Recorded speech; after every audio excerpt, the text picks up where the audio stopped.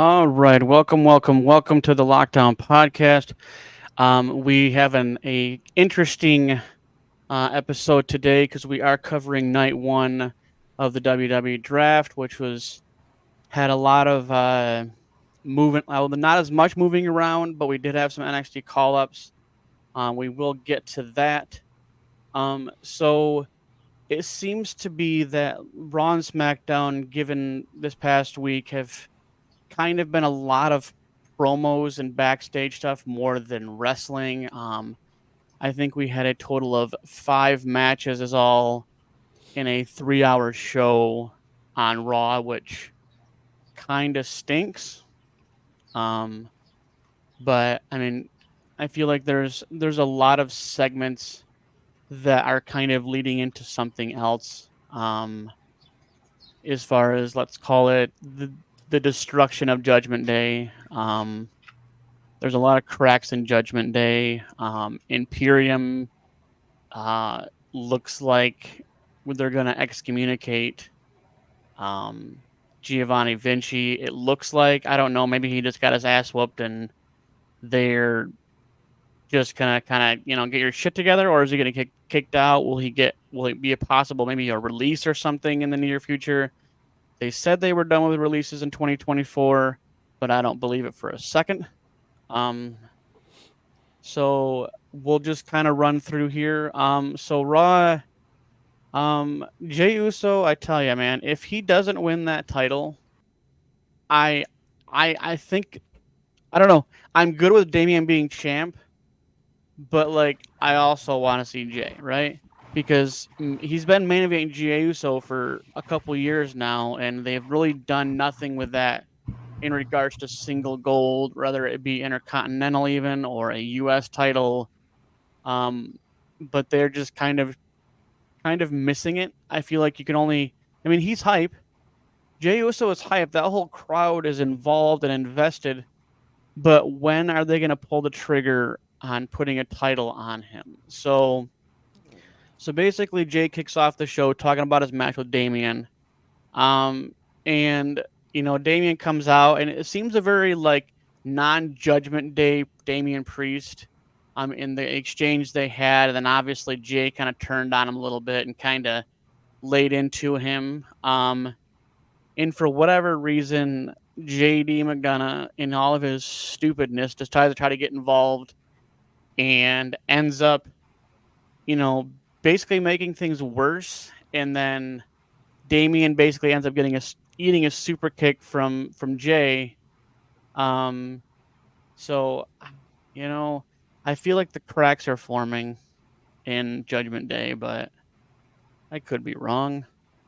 Um, So now they basically going along the lines of the promo for King of the Ring or King and Queen of the Ring. Um, I'm looking forward to the format of it, given that we are in the Paul Levesque era versus Vinnie Mac era. Yes, I said his name, sort of, kind of, but I we were kind of talking beforehand, and I think that much like the breakout tournament in NXT, where you basically get a opportunity and it's almost like a Money in the Bank essentially in NXT when you win the breakout tournament. Um, so I feel like there needs to be more to King and Queen of the Ring.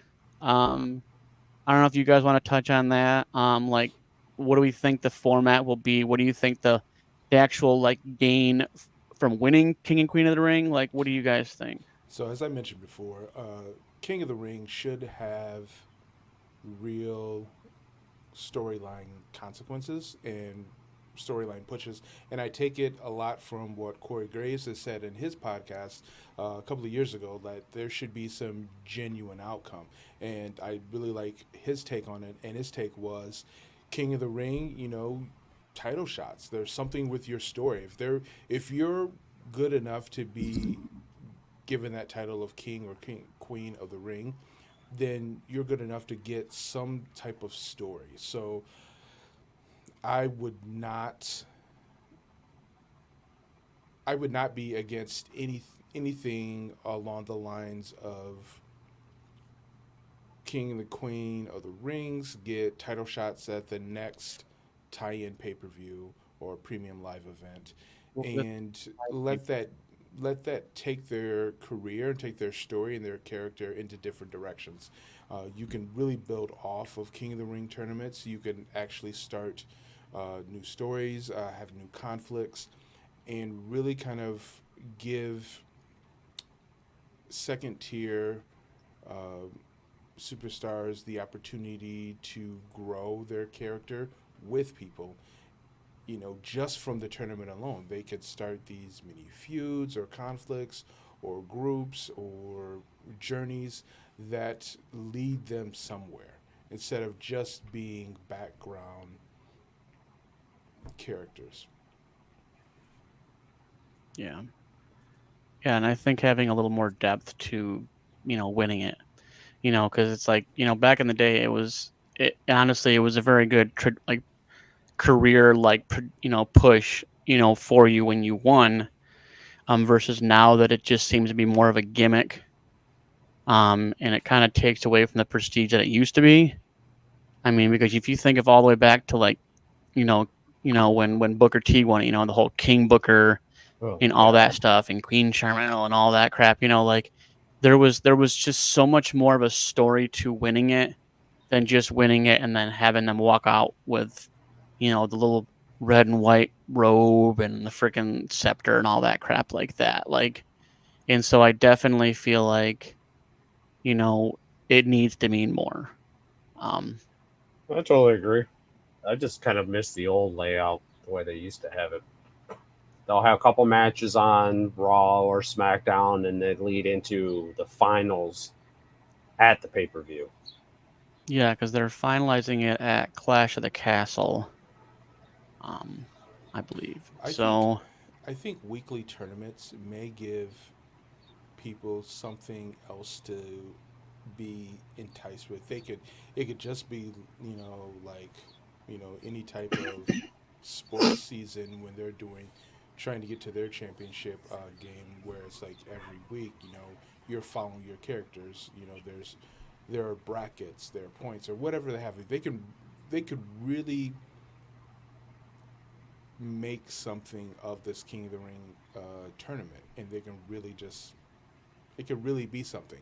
Um, right, they just could, kind of branch it out. yeah, they could really like step it up. I mean, we're gonna get tired of seeing charts and stuff like that, but I think it makes sense to do something like a March Madness, or do something like even a G1.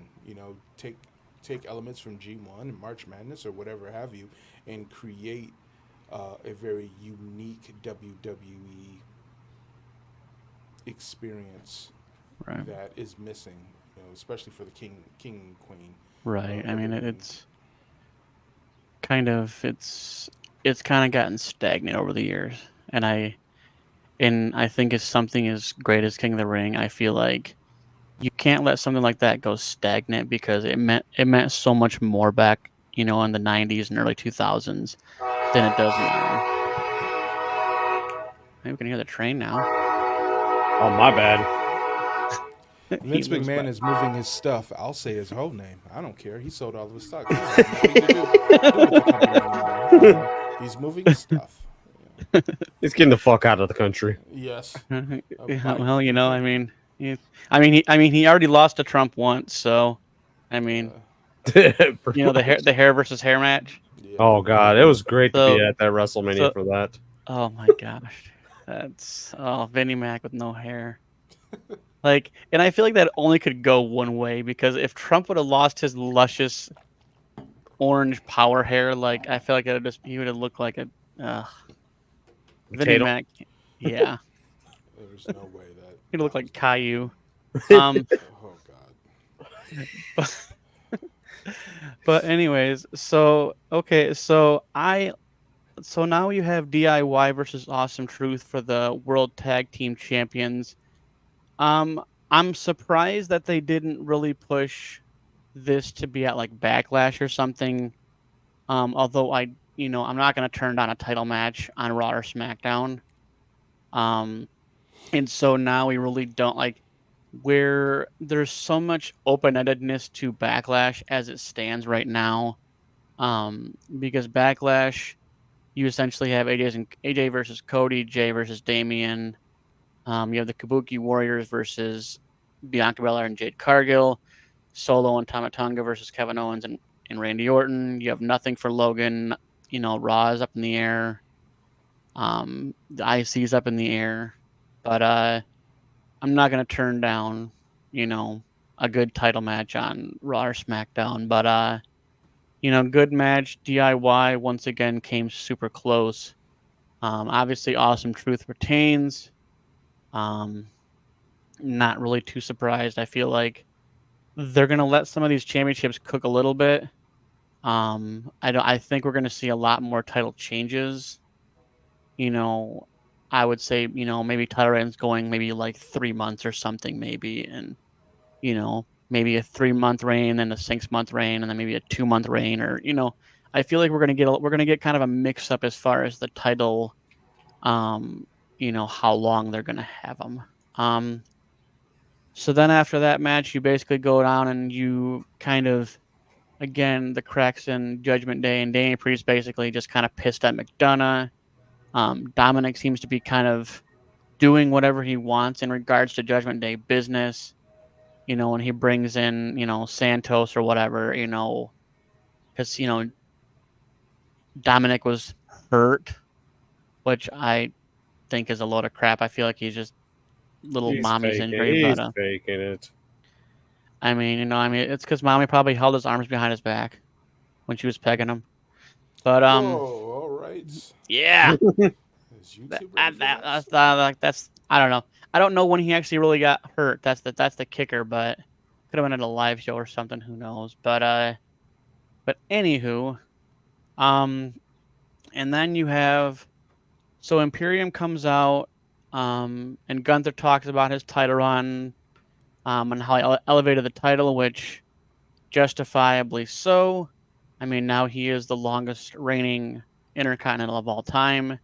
You got to give respect where respect is due. And then he basically declares for King of the Ring, which I think this would be a cool notch in the career of Gunther. Um, not only will he'll be the ring general, but he'll also be the King of the Ring. So I feel like that would be a good thing, and I think that Gunther would carry that with prestige, just like anything else that he does in WWE. Um, but New Day comes out. Xavier Woods is talking about being a two-time King of the Ring. I don't see that happening. I don't. I'm really. I'm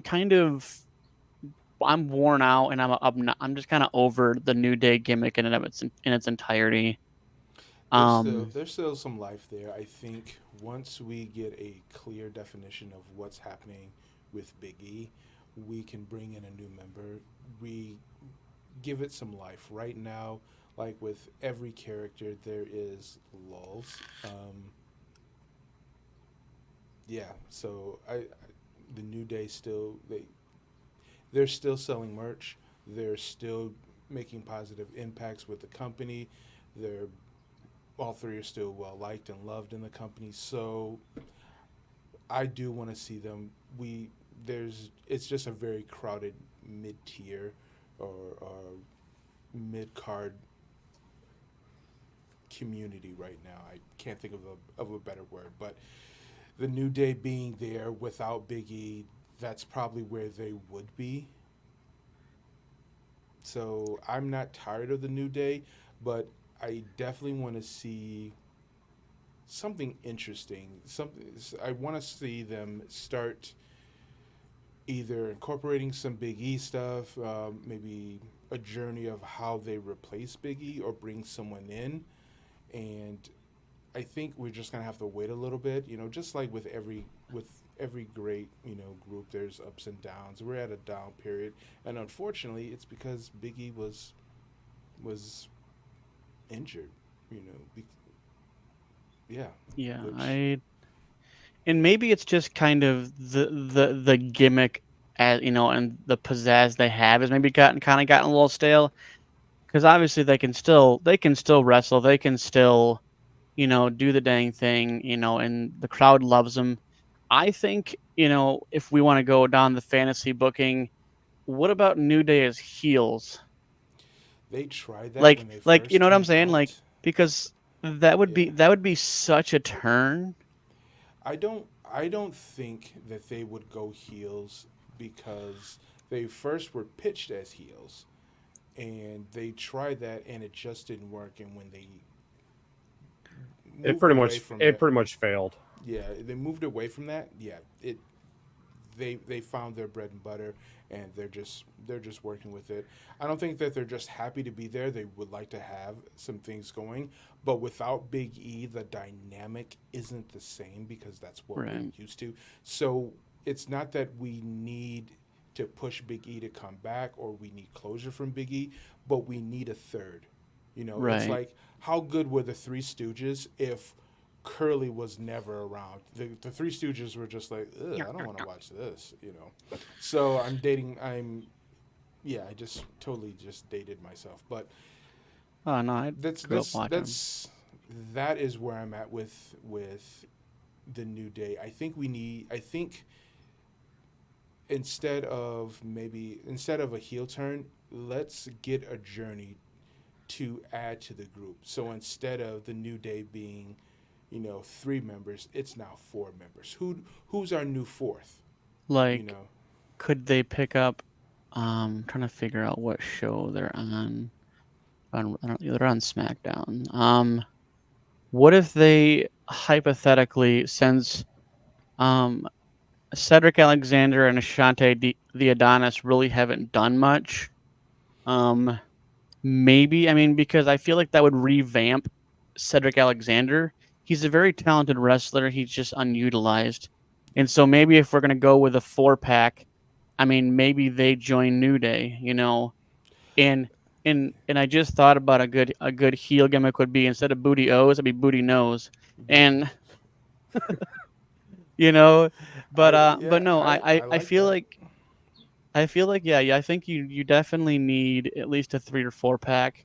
But then again, I mean, man, we are so overly crowded with 3 pack and 4 pack groups. It's a little overdoing it at this point. You know, Because I mean, if I you think about back in the day, it's like, you had plenty of like tag teams, but as far as like the big group stuff, it wasn't too overcrowded. You had your DX, you had APA, you had the Hart Dynasty, and so like there was a lot of 2 man, but there wasn't a lot of 3 or 4. And right now, as it sits, I mean, with the Bloodline, the New Testament, the Street Profits with Bobby Lashley, the Alpha Academy, Judgment Day. We're so stacked with these groups. I feel like maybe some of these groups need to go so then the other ones can thrive.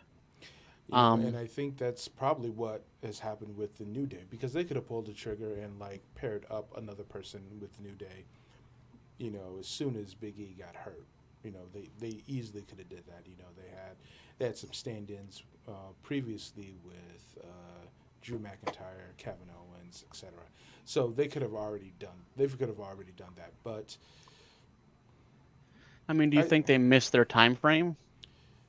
I think something needs to happen this year. Uh, something Agree. needs to happen. Yeah, something needs to happen this year. Whether there's another tournament or they do something where the New Day gets beat down or something or another. Yeah, something needs to happen this year.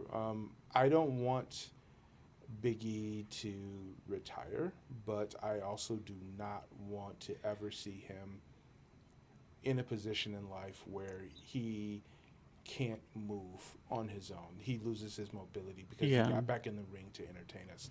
I clearly would want Big E to be a spokesperson for the New Day, be an on-screen character for the New Day or for whomever, and then they find a great replacement. And here is my here's my hot take on this. Either Odyssey Jones, who was drafted last year, or Ridge Holland for the New Day? I feel like I don't think Ridge would be a good fit because You he's know the one what? that fucked up Big E. That's the But reason. That's the reason why he's a you good know, I fit. mean, that would be a hot take. I just like it's hard to replace Big E Yes, because I absolutely. don't like that they don't.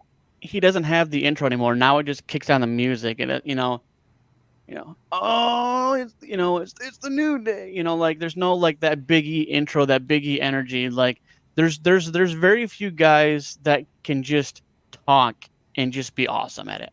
Right. Just the enthusiasm of Big E kind of breaking the intro.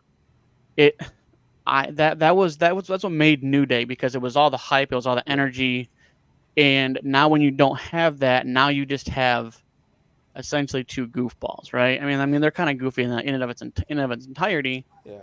Um, but I just think you've just lost a lot of that energy without Big E.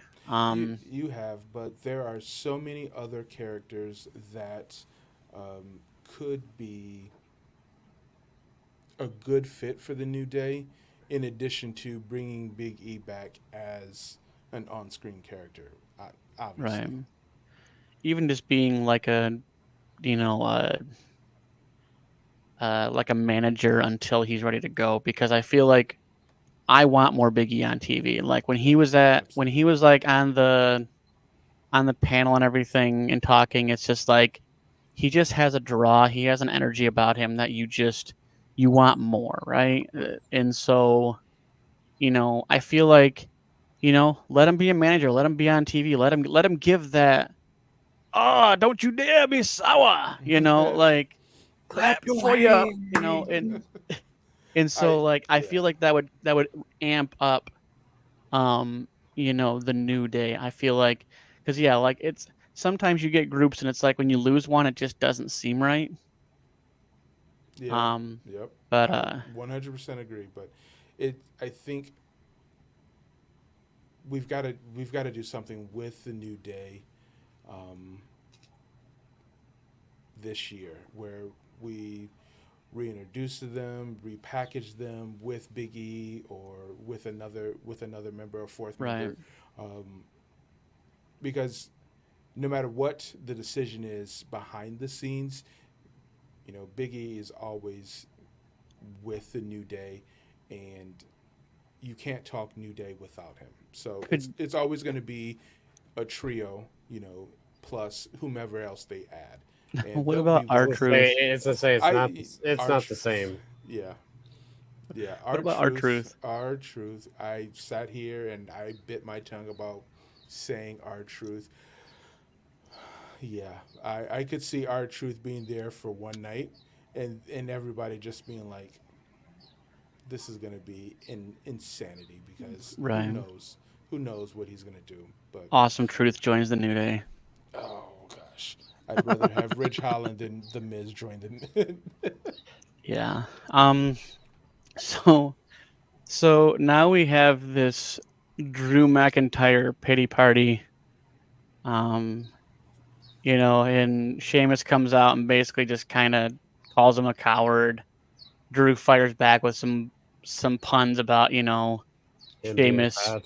being fat, and he I don't even know how they say he's in his best shape, but um so now you have Sheamus versus Shinsuke. Obviously Sheamus wins that. I feel like Shinsuke's got one foot out the door. Um, he's just taking L's after taking L's after taking L's. And I think it sucks for Shinsuke that he's basically kind of putting over talent at this point, and maybe he's okay with it. We don't know. But so now you have the backstage segment with Chad Gable and Sami Zayn. Um, and Bronson Reed is a force to be reckoned with, and basically just freaking wrecks Sammy. Um, now I feel like Sammy and Bronson Reed. I think we've already ran that one back. I believe, anyways. The IC title is kind of in a weird time right now, given that Gunther had it for so long. it's kind of like, what do you do with it now? I just don't want it to drift too down the the card. But we don't really have anything solidified yet for Backlash. I feel like we're definitely probably going to get a Chad Gable and Sami Zayn 2. Maybe Bronson Reed gets in there as a triple threat. Again, it's all pretty much up in the air. Now, when Chad comes out with the Alpha Academy, I feel like this is kind of the solidification of his heel turn and basically just going down the Alpha Academy group and basically just calling him a bunch of freaking disappointments. Which I think Chad Gable I think he might go solo within the next, like, we'll call it like 3 to 6 months. But because I think he's gonna get away from the thank you. I feel like Chad Gable. I think exactly. I think that's too much of a face gimmick, and I feel like maybe in the next couple months they're gonna reinvent him, and he's gonna kind of go into full heel mode. They're gonna give him a more grungy intro, and I think after Backlash, let's say he loses to Sammy again. I think that's going to solidify, and he's just going to really do a full heel 100% investment. Um, so another match that again we kind of thought would make it to Backlash, but so you have Ricochet and Andrade versus Santos Escobar, who basically replaced Dominic with JD. I don't even know why or even like how JD is still in Judgment Day, because he's racking up L after L after L after L. Him and freaking Dominic. It's I don't know what Dominic is. I feel like Dominic needs to go to NXT because he needs to invent himself individually.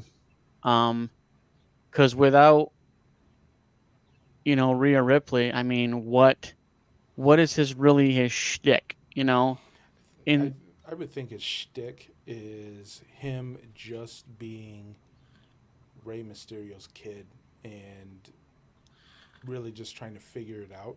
Now they paired him with everyone else in the Judgment Day so he could get that immersive learning, because when you're in NXT, it's more it is developmental, like we've already said, but it his individual character work, I think, would work best in this iteration, would work best in a group setting, because he couldn't survive as a heel in NXT, uh, because he doesn't have that experience as a singles competitor.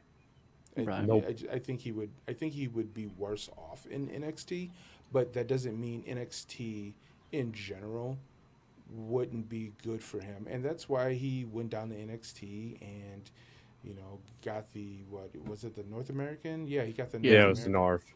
Yeah, and they did that whole little run so they all could have championships at at a singular time, and it really it gave him a taste of that developmental life, but it I don't think it worked as well as him just being the spoiled brat of Um, the Judgment Day. JD yeah. is just the confused kid. He wants to help, he wants to do a good job, but he just screws up. We got the spoiled brat. We've got two people that easily could run, Judgment Day, in Rhea Ripley or Damian Priest, and Finn is just looking for a way out. He, I want to see Finn and our Bullet Club reunion. That's I I guess my totally two good agree. points. I don't care about the Bloodline stuff. I don't care about the Judgment Day stuff. Get me to a core Bullet Club reunion with Balor, the Good Brothers, and AJ Styles. Thomas Tonga. I don't know if I want to see AJ Styles, because I mean, he's basically on his way to retirement, so I mean, Yeah, I don't think he's gonna be doing too much storyline building. yeah, I don't. There's no need for AJ Styles, and AJ Styles was kind of like when Balor left New Japan. I think it was AJ Styles that took his Yeah, place. yeah, that's the way it was. Yeah, When Finn Balor got the contract with WWE to be on NXT, AJ Styles was just stepping out of TNA and he went to New Japan and took over for the leader of the Bullet Club. And then So, when AJ left, then Kenny Omega took over. right, did right. you So see the full circle moment? The fact that AJ Styles faced Dusty Rhodes back in NWA, Hmm. and now fast forward, he's facing his son, which speaks to the absolute longevity and actually just amazing talent that is AJ Styles.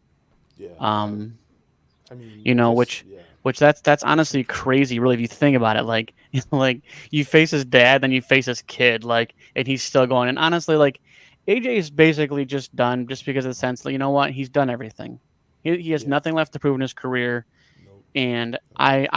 I would be remiss to say that in the next couple years, you know, if he rides off into the sunset, he goes into the Hall of Fame. Oh yeah, Um, he's a Hall of Fame caliber Oh yeah. performer, inductee. He's probably on somebody's Mount Rushmore. Uh, just an incredibly solid, creative performer and very consistent. He's very rarely injured or hurt. Or he's probably always hurt, but he's very rarely injured. And there's a lot of things to like about him in the ring. His ring IQ is, oh yeah, dude, nearly unmatched, and he he just saved can so many perform. wrestlers. Oh yeah, definitely, definitely. So for him to like need another push or need another title run, I think is kind of You don't need it. unless it's something contractual that we don't know about. He really doesn't need the character of AJ Styles. At any given time, he can flip a switch, and he can go back to being sort of a face, and no one would be upset about that. No, I don't think no one's being upset about this reincarnation of his aces and eights type brooding AJ Styles. So I I want to see AJ Styles get his props and do whatever he's going to do and have fun with it and not be injured, just like with every other wrestler everywhere. Um, but I don't need to see AJ Styles be a champion Yeah. again. I think he's a Triple Crown um, winner, Well, and and yeah, he's one of a very few select crowd that's actually held. I think it was the NWA and the World Championship. I think something along those lines. so yeah, yeah, Yeah. So we'll just work our way. Let's just finalize Raw here. Um, they have a battle royal to basically crown a new women's champion, which is something they haven't done in I think it was 20 something years. To basically have a battle royal to basically determine the new women's champion. Um, I'm a little bit pissed that Becky won in the sense of we're sick of seeing you, dude. Like I love Becky Lynch to the cows come home. I love the gimmick. I love her as a performer. But when you take away, you know, titles from Liv Morgan, I feel like should have won that. Oh, You know, I definitely. think Liv got screwed because if yeah, you're gonna have this Liv Morgan revenge tour thing, and she's basically eventually gonna, come back, when Rhea comes back to basically hash that out. I feel like, I feel like that'd have been a better story, right? You know Because what? you, I think I disagree with that.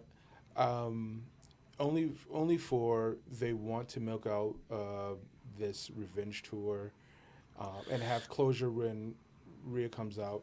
When Rhea comes back, I think Becky is a solid draw. I think if they were gonna go with someone else, no Becky, no Liv, yes Shayna Baszler, yes Nia Jax, yes You Oh know, yeah.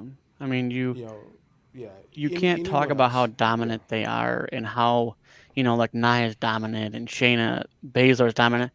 It's like you yeah, you hype them as the irresistible force, the Queen of Spades. You have all these gimmicks on them that they're so hardcore, and you never put titles on them. It's absolutely yes, insulting to the naming game right. when it comes to when they 100% present their agree. gimmick as someone who's just brutal. And Shayna Yeah, Baszler, I feel like would definitely I would buy into Shayna Baszler 110%.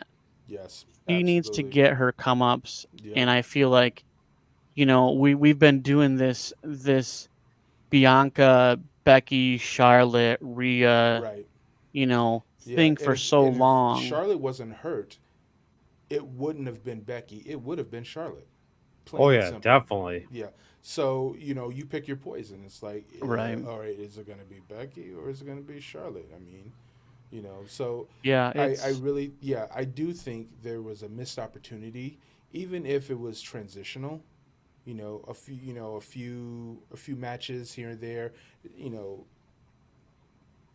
you've got to pull that trigger. There's just, if you want to keep the energy of this new creative era, you've got to be able to say, we're pushing you for this, and this is the outcome, and we believe you can get us to this outcome that makes sense.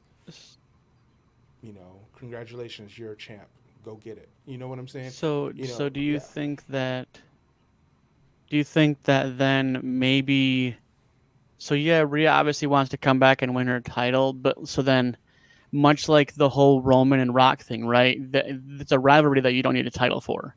So realistically, let's say Rhea comes back and they just her and Liv Morgan just have banger after banger after banger after banger without a title in the picture.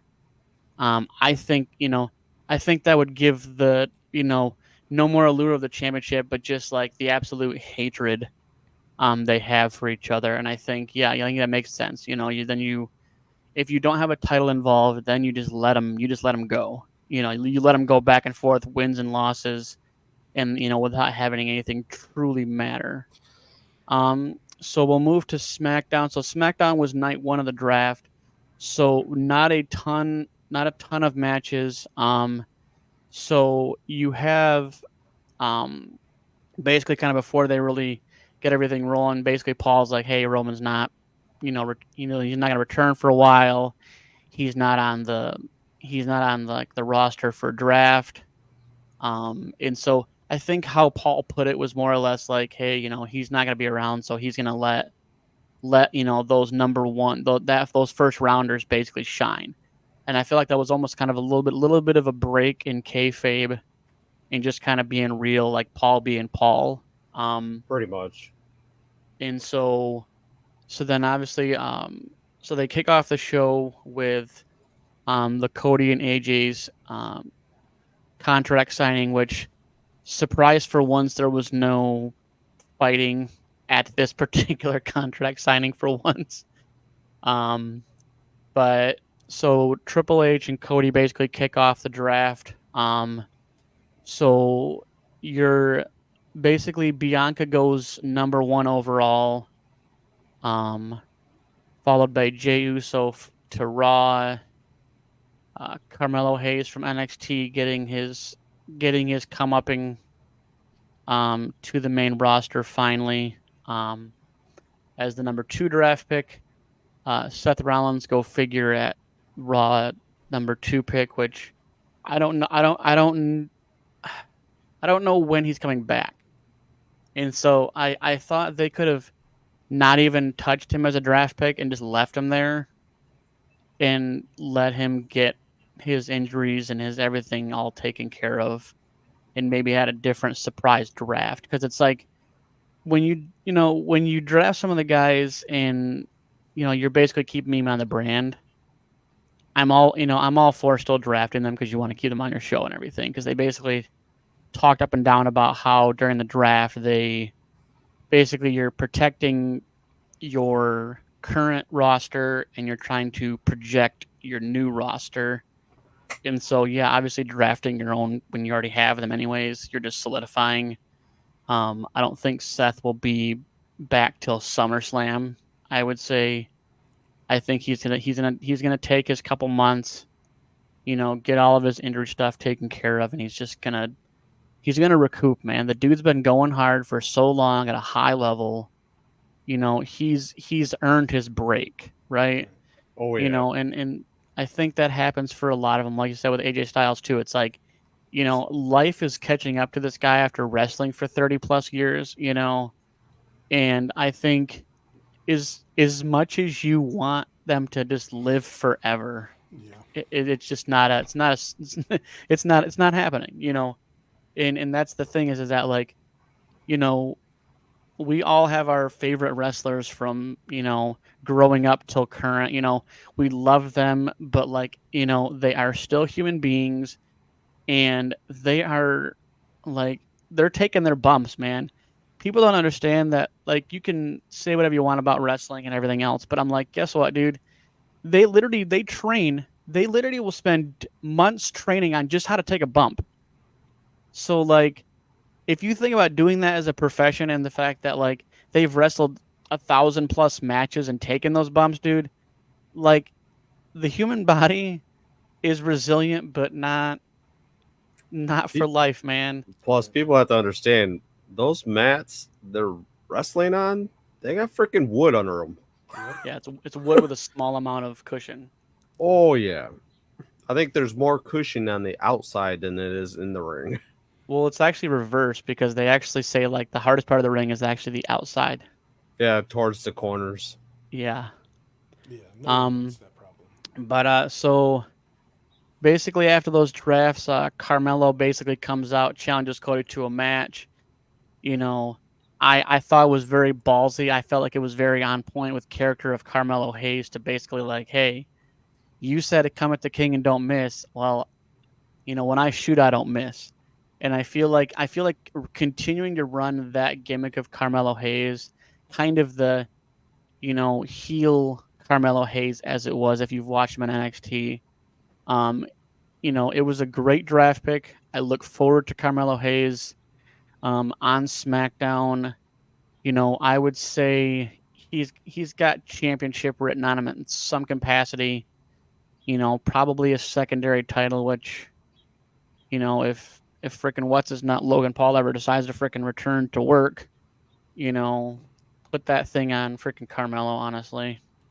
But yeah. So now we have a 1,000th time run back of LWO versus Legado del Fantasma. Well, I'm so sick of this going back and forth crap. Yeah. It's a But formula. It's a formula that works. but it Yeah. ended well though, because so after the match, Angel and Humberto win obviously, and now you get the footage of who hurt Dragon Lee the night or two before WrestleMania, and I mean we all essentially We all knew, but knew it was. Carlito, and so Carlito was basically the bad guy. Go figure. I mean, you could see it on his face. You just like when you're like, you see the group out there and you see everybody else has cohesion, and then you kind of have Carlito having that facial expression that's just like, when are they gonna catch me, right? And so he basically attacks whatever, and then he leaves the ring. So I don't know what you're gonna do with a heel Carlito, but you know we'll see. He's a really good heel. Yeah. He pulls So that heel pretty good. so now you have Braun Breaker versus Cedric Alexander, which this match was all of about 45 seconds maybe. Um, but you know, it's I feel like they really need to give Braun a solid match. He has been technically on SmackDown for a couple months now, and they've really just been pushing him on wash matches, which, for as aggressive and talented and fast that he is, I feel like we need to stop pussyfooting on the matches here and let's give him a real match. Because we all know what he's capable of, but you're not showing his talent by giving him wash matches. Like, who's he gonna face next? Hornswoggle. I mean, Oh, I that might be just I more enjoyable. what's the stupid chin guy's name that was with Carmella? Oh fuck, I can't remember his name. Oh man, uh, something's worth or something. I don't know. Um, the double chin guy. But like you just need to give him a real match. At least maybe something leading to a kickoff match at Backlash, maybe. Um, but I mean, Backlash is pretty soon, like so. I mean, only time will tell. Um, but so now you have Tiffany Stratton basically talking to Nick Aldis about the title match. She basically kind of, interjected herself in the Naomi versus Bailey match last week. And so now we're kind of in this situation where we're basically working our way to a triple threat at Backlash, which I think has been actually been confirmed. So you're going to have a Bailey versus Naomi versus Tiffany Stratton. I as much as I would love to have Bailey hold on to it for a while, I feel like Tiffany Stratton has got over with the crowd faster than most. Um, and in her, it's like she's heel, but she's like a soft heel, right? Like we're Pretty like much. she doesn't have like the attitude of like, you know, fear me, but it's just like she's just all about being center of the universe and like, and so I It's wouldn't be tippy against time. her winning the title, right? Tiffy time. Um, so now you move into draft round 2 with Michelle McCool and Tori Wilson coming out. Your round 2, SmackDown takes Randy Orton and Nia Jax. And Raw takes Braun Breaker and Liv Morgan. Um, I'm not surprised. So we'll talk here in a little bit, but like, so when the Wolf Dogs were in NXT, which was Baron Corbin and Braun Breaker, they're basically now divided, one to Raw, one to SmackDown. So I hope honestly that there's something for Baron Corbin. I'll always love Baron Corbin, even though he's a heel or a face. He honestly, I've met him. He's a good person. He's like, it's just the character, man. But he plays that heel to the fucking T. Yes, he Um, does. so so then here we go again with more bloodline business. Paul Heyman's talking to Solo back along with Tama Tonga. Kevin Owens, attacks them. Blah blah blah. They break it up. Later in the night, Tama basically throws out Kevin, and then there's this whole debacle. Randy comes out to save him. So now we're basically going to get a Tama Tonga Solo Sikoa versus Randy Orton and Kevin Owens, which I am all for. Same here. And yeah, did you see that the next week they're having the first ever RKO show? So that's No, gonna I be missed that. that, dude. I've been waiting. I've been waiting because those two together, like they've been doing the buddy system thing for probably the last 6 months, on camera and everything, and it's just like their name would go so well together, like Team RKO. I mean, come on, like, like it could not be written any better. And they have such good energy with the stunner, with the RKO, with the snap suplex, with the pop up power. I'm like, I feel like that's such a good team possibility. I don't really want another tag team, but I would not be disappointed if it was RKO. I don't think it's going to last very long. Them as a tag team, I think they'll go their separate ways. Um, yeah, it's not going to last very long. But for this transition into new stories, yeah, let's run with it. Let's see what we get. I mean, you just got to see what sticks. I mean, when it was Riddle and RKO, I mean, it's you don't know till you know. When you gotta let that storyline cook a little bit.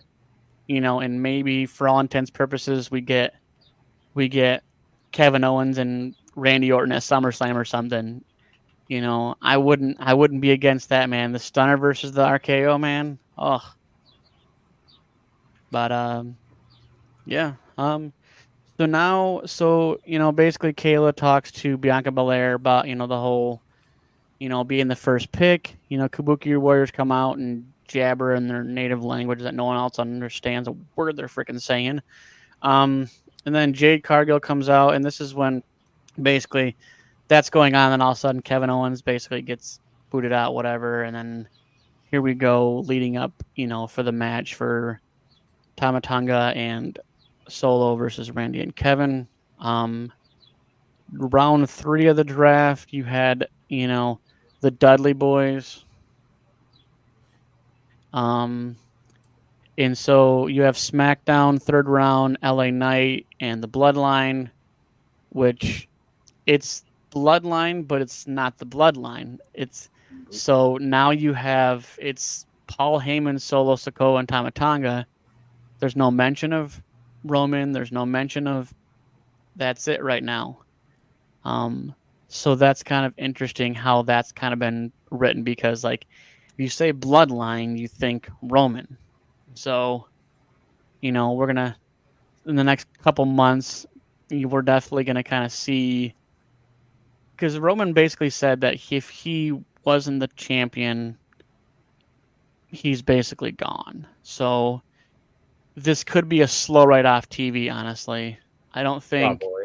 there's nothing left for Roman to do at this point. He's, when you're champion and you're barely showing up as is, you're having the underlying health issues. I don't see if he's not a champion and then he'd have to be there every week, it would just be weird. Because when you've been the champion for 3 years, I mean it's hard to see you as just a regular superstar at that point because really there's nothing left for him to do. And I feel like now with Solo kind of doing the old, kind of his own bloodline basically, I feel like if Roman's out, we're definitely going to get some more bloodline members, because there's so much chatter, dude, and the Samoan bloodline is so freaking deep. So I think definitely in the next couple months, we're going to get another surprise come out.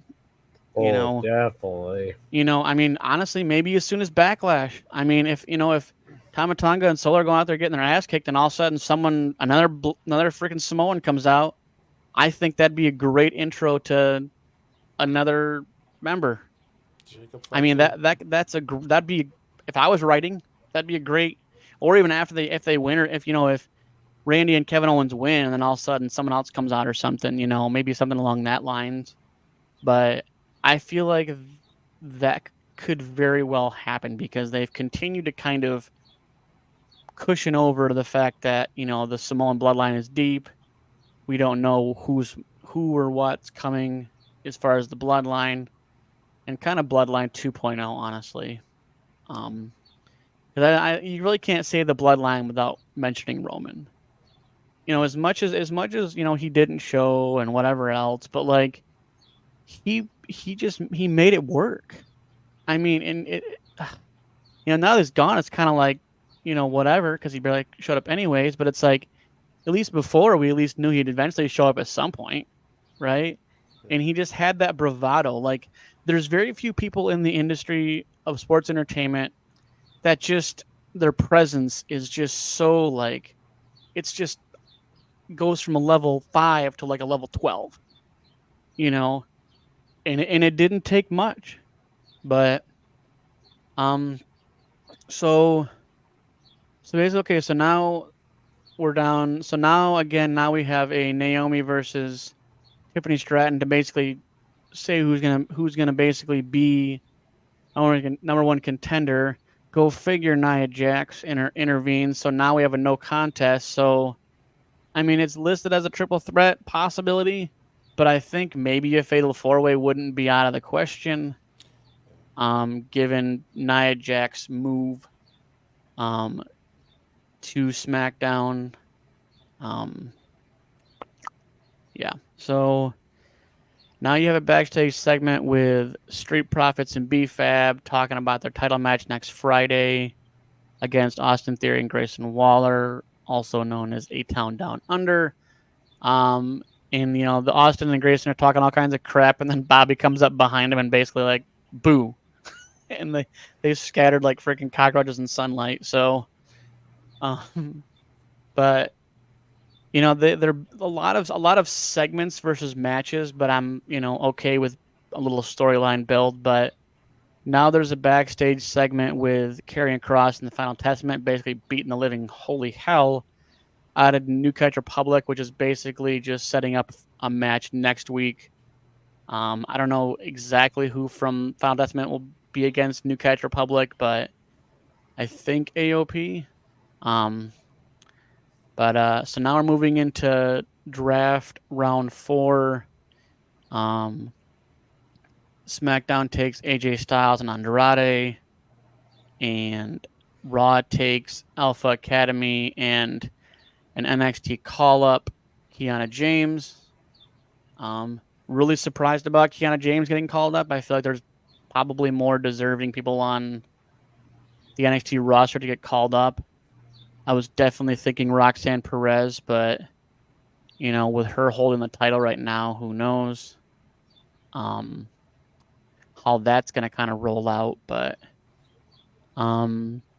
so basically, your last match of the night is Cody Rhodes versus Carmelo Hayes. Cody wins, and then basically the show kind of ends with basically a oh so famous face to face at the end of the night with AJ and Cody. So they had basically the untelevised drafts. Raw took Alba Fire and Isla Dawn and Ivar, Shayna Baszler and Zoe Stark. So basically, kind of 2 tags and a solo. And SmackDown took Cedric Alexander, Ashante the Adonis, Baron Corbin, and the OC.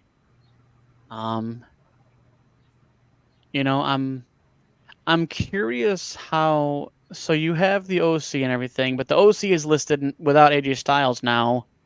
It's just listed as the Good Brothers and Mia Yim. I feel like that like storyline, because when AJ was hurt, then it came back, like it was just instantly like no longer in the OC, like kind of doing his own thing. Yeah, that was a weird kind of breakup, but it happened. I'm good with it. Let AJ do AJ stuff. Let the OC kind of fill in some gaps where they need tag teams or where they need people to step in, and put other talent over. So yeah, that's totally fine. Yep. Yeah, I think honestly, like the OC's good. I mean, and really they could.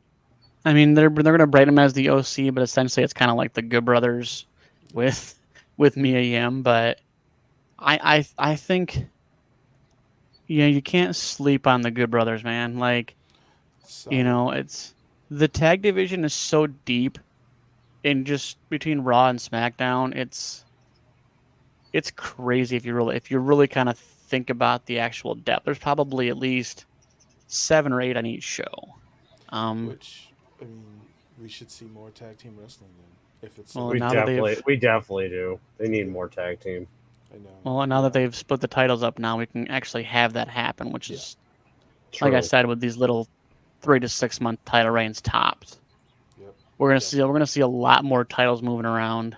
Um, Yeah, I, I'm interested to see how the title picture looks, championship pictures look for those who are in the running for championships, and see where we can go with that.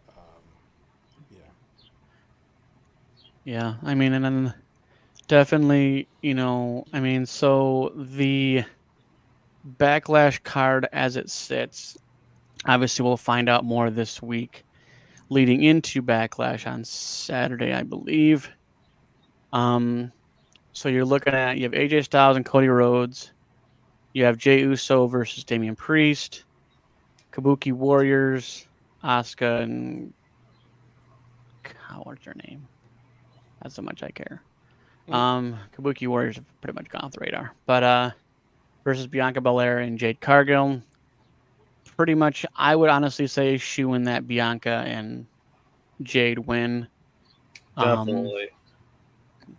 I think the Kabuki Warriors have kind of wore out the welcome essentially. They like because honestly the women's tag team titles have just kind of they're just very very unimportant. And I mean they didn't even defend them at WrestleMania, and that's the biggest show of the year. So like when you don't have those things defended, I feel like it just waters down the validity. Yeah, yeah. So much good and so much bad happened at this year's WrestleMania. Yeah, I think SummerSlam should be what we didn't get at WrestleMania. Right. I think we should get at SummerSlam. We should get more tag team wrestling. We should get more mid carders having main event spots. We, let's really kind of like let there be two seasons, like WrestleMania season, SummerSlam season, and have everything else in between tell those stories how we get there. Let WrestleMania still do WrestleMania stuff and set the tone for the year, but Right. really like hey, what we had to push or cut, let's fix at SummerSlam, you know, because we Right. got to And keep that same energy going. SummerSlam leads into kind Survivor of let them Series. cook. Yep, Survivor Series will lead into Royal Rumble. Royal Rumble leads into I'm just curious how they're gonna really WrestleMania. because we've done basically Survivor Series war games the last couple years. I would like to see it go back now that we've moved out of that Roman having both titles, the tag teams being on both teams, and now that we've kind of divided things, I feel like we need to go back to the OG version of Survivor Series where it's Raw versus SmackDown, supremacy type of deal versus You know, War Games. That Survivor Series I War Games was just basically like, okay, these four people don't like each other. All right, cool, let's put them against each other. I I like the like I concept like of the war ring thing games. of the whole, but I kind of now that we've moved out of the Roman era and we moved out of the undisputed tag team titles era, I feel like we need to kind of go back to you know You know what? what Survivor Series meant. I don't know if I need to see brand versus brand for Survivor Series to do anything, but commenting on a concept that Corey Graves did on his podcast, let Survivor Series mean something. Let these special events and things mean something. Give us some stories, on the outcome, not just your team won. Like, hey, you're the sole survivor. Guess what? You have, our next premium live event, you get a title shot, or Right. this tag team gets a title shot, or something or another. Something where it means something. And I'm paraphrasing and summarizing, what Corey Graves had mentioned. Again, I'm not a Corey Grave mark, but it makes a logical sense for these tournaments and for these special event pay per views and premium live events to have an outcome that goes beyond that immediate finish. You know, let your team mean something. Traditional Survivor Series, we can have everything in a Survivor Series. We can have a War Games match. We can have Raw versus SmackDown versus NXT. We can have, uh, um, you know, conflict matches where it's like these four people don't like these four people. Let them fight. We can Right. have an entire night of just squashing beef, just letting it go. You know, I mean, wasn't that was the original purpose of Hell the Hell in a Cell match was a culmination of you know a dispute that's gone back and forth, right? yeah, Because yeah, Hell in a Cell used to just be on regular TV. Now I think they could do away with Hell in a Cell and just have it be a match stipulation versus a PLE. Now, so let's go even further. What does Money in the Bank mean anymore? What is do we want to see Money in the Bank be a match or a pay-per-view or a I premium live event? I think Like, do you think it should do you it think we could really be a need PLE. we don't It need it can to be be a a PLE PLE. and it could just be a match at a PLE? I mean, just like King of the Ring, that used to be a PLE or a pay per view. So Money in the Bank could, there is an outcome with Money in the Bank, right? So if you win Money in the Bank, you get this championship, you get this briefcase that has a contract for any type of cash in. Both women and men can vie for a Money in the Bank tournament, Money in the Bank contract. So there is an outcome with that. You know, and yeah, it works as a premium live event or pay per view. Do I think we need to have Hell in a Cell be a PLE? I think if things get way out of hand with a story and that's what they are leading up to, Right. yeah, I think it can work. But having it just as a one off match, it depends on what PLE or pay per view that it is on. Like if it was a Survivor Series Hell in a Right. Cell match between, oh, I don't know, Kevin Owens and Randy Orton, hell yeah, I'm in. I'm in. Because, So yeah. But, so I mean honestly it Hell in a Cell is more of a culmination match than a PLE because like you said, you could have a Hell in a Cell match any PLE, and I feel like that would have the match be more like a culmination match. Like, oh, we're at TLC or something, and all of a sudden we're like, oh man, these guys have just been going back and forth for like 6 months or something, and then it would culminate. Okay, all right, well, at TLC, we know we have our tables, we have our ladder, we have our chairs match, we have a TLC match, but hey, we're gonna throw in a Hell in a Cell match, because Hell in a Cell match is a way better rendition than a cage match. I feel like cage matches are just kind of floozy now. Like they really don't. They talk about, oh, the a cage match, basically messing with people's career or whatever else, and I'm like, no, Hell in a Cell would be way more detrimental to someone's career than just a cage match, because like they're not bringing tables, ladders, and chairs into a cage match. A cage match is like keep the outsiders out kind of match, right. and it's And not yeah, really. It's I think lost its luster. I think when told in the con in the right context of a television story, it a cage match does service its purpose.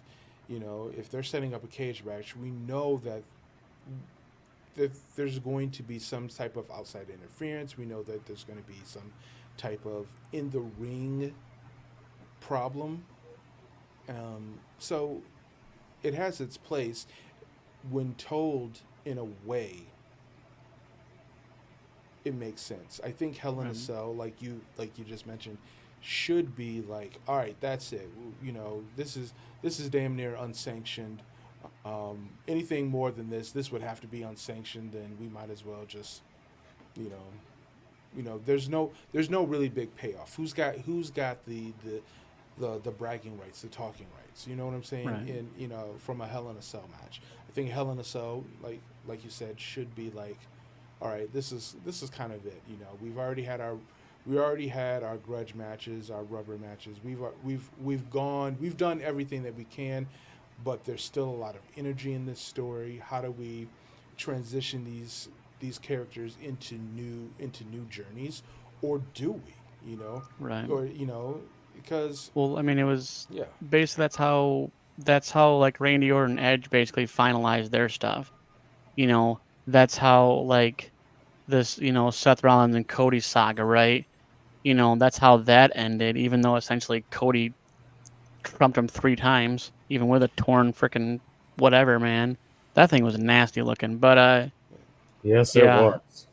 I just I feel like we're gonna see moving forward we're not gonna get the same stuff because with Triple H at the helm and him having the creative direction he does, we already seen how great WrestleMania was. So I can only imagine, we can only think and pontificate how much creativity Triple H is going to bring.